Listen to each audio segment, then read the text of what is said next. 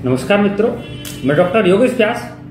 आज हम जातक की कुंडली में ग्रह स्थितियों के अनुसार उस जातक की संभावित आयु के विषय में बात करेंगे।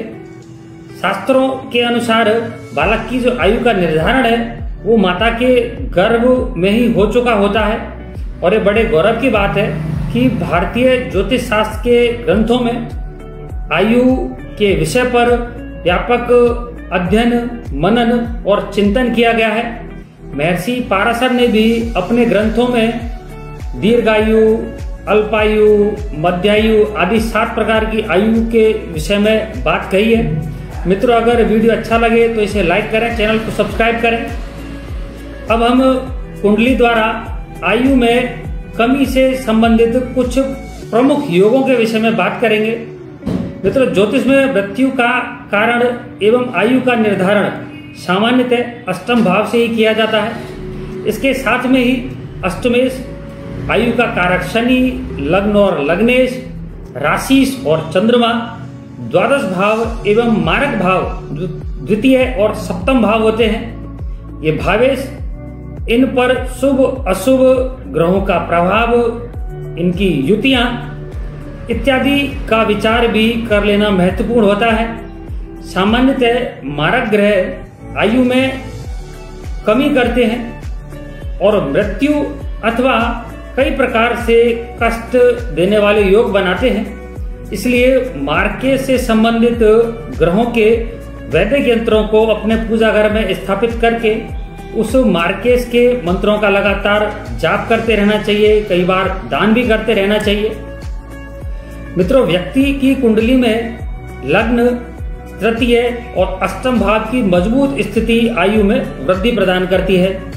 जब किसी जातक की कुंडली में द्वितीय भाव, सप्तम भाव यानी कि ये मारक भाव है, 12वां भाव यानी कि व्यय भाव जब ज्यादा बली होंगे और इसके साथ ही आयु का कारक ग्रह शनिदेव, लग्न, तृतीय एवं अष्टम भाव जब कमजोर होंगे तो उस व्यक्ति की एवरेज आयु में थोड़ी कमी की संभावनाएं बन जाती है।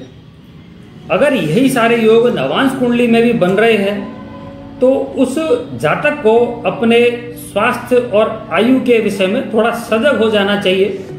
ऐसी स्थिति में उन पाप ग्रहों के हस्त निर्मित वैदिक यंत्रों को स्थापित करके उन ग्रहों के जाप करें, हो सके तो दान करें।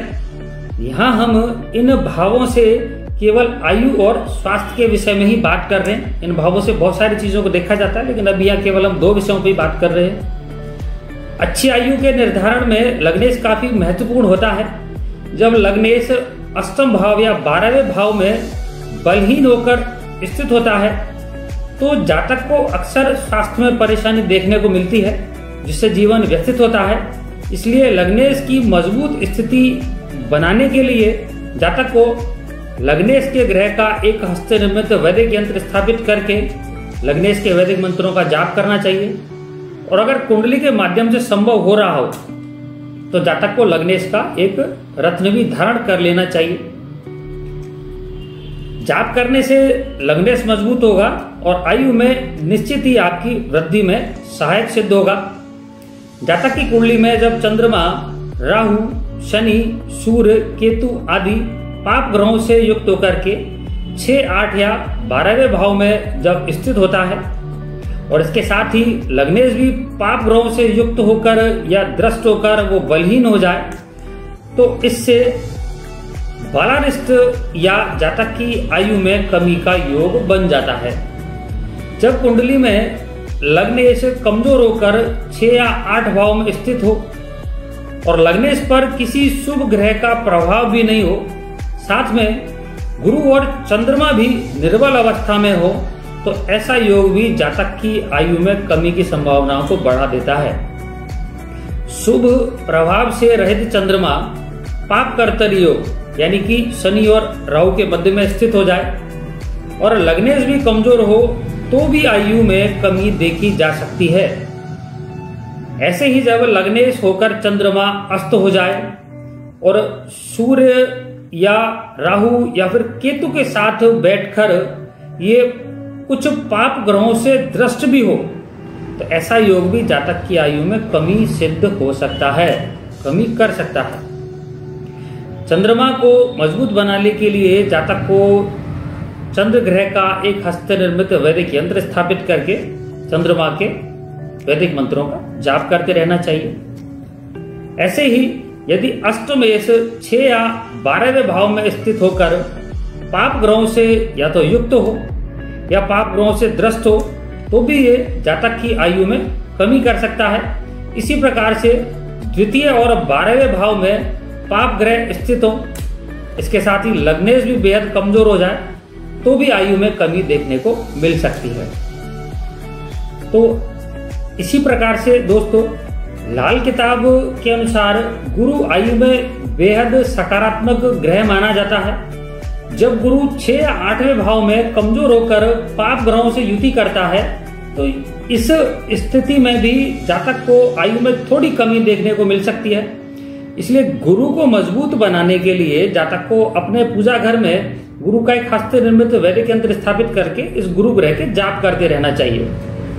ऐसे ही व्यक्ति की कुंडली में अष्टम स्थान में स्थित राशि काल पुरुष के जिस अंग में आती है तो जातक को भी उसी अंग से संबंधित उस राशि से संबंधित धातु के प्रकोप से आयु को विशेष हानि पहुंचने की संभावना रहती है। जैसे किसी व्यक्ति के अष्टम भाव में मेष राशि आती है तो काल पुरुष के मेष राशि सिर को माना जाता है, तो सिर से संबंधित कुछ परेशानियां देखने को मिल सकती है। और मेष राशि से संबंधित जो धातु हैं, अग्नि तत्व से संबंधित जो धातु हैं, उससे संबंधित विकार भी जातक को देखने को मिल सकते हैं। तो ऐसी स्थिति में जातक को अपने पूजा घर में सर्व रोग निवारण यंत्र की स्थापना करके प्रतिदिन उसकी पूजा करनी चाहिए। अब अल्पायु योग के कुछ निदान के विषय में बात करते हैं। जब जातक की कुंडली में आयु विषयक कोई परेशानी हो तो उसे प्रतिदिन हनुमान चालीसा और महामृत्युंजय मंत्र के पाठ करना चाहिए। उसे प्रत्येक व्यसन से भी दूर रहना चाहिए।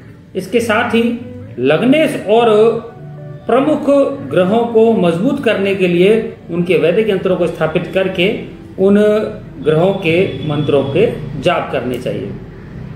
अब कुछ अच्छी आयु के योगों के विषय में बात करते हैं। व्यक्ति की लंबी आयु के विषय में बात करें तो इसमें लग्नेश बेहद महत्वपूर्ण ग्रह माना जाता है। जब बलि लग्नेश शुभ ग्रहों से युक्त होकर या शुभ ग्रहों से दृष्ट होकर के जातक की कुंडली में अच्छे स्थानों में बैठता है तो जातक को रोगों से लड़ने की क्षमता प्रदान करता है। इसके साथ ही उसकी आयु में भी वृद्धि करता है। जन्म कुंडली में बृहस्पति शरीर, स्वास्थ्य और पुत्रों के साथ ही जातक को दीर्घायु भी बनाता है। इसलिए कुंडली में मजबूत गुरु ग्रह जब लग्नेश के साथ में स्थित होता है तो जातक को अच्छी आयु भी प्रदान करता है।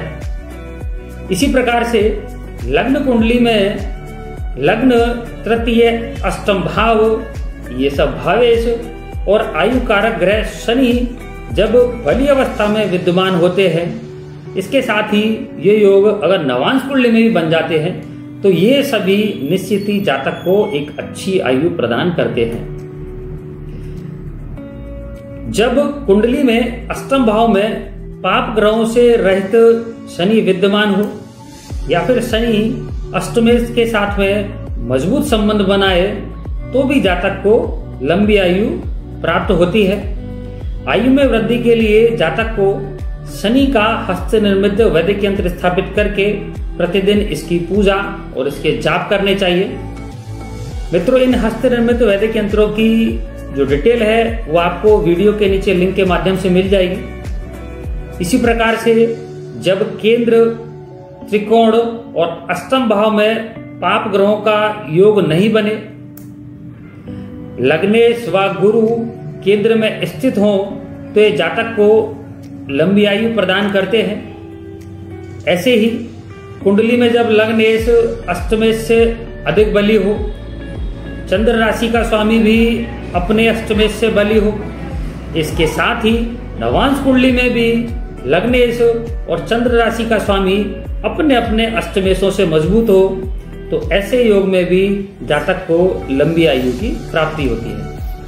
मित्रों, ज्योतिष और वास्तु से संबंधित ऐसे ही महत्वपूर्ण वीडियो देखने के लिए आप हमारे चैनल को लाइक करें, सब्सक्राइब करें और जन्म कुंडली एवं वास्तु से संबंधित प्रश्नों के समाधान के लिए आप जयपुर कार्यालय पे या हमारी वेबसाइट astrologeryogesh.com के माध्यम से भी हमसे संपर्क कर सकते हैं। धन्यवाद, नमस्कार।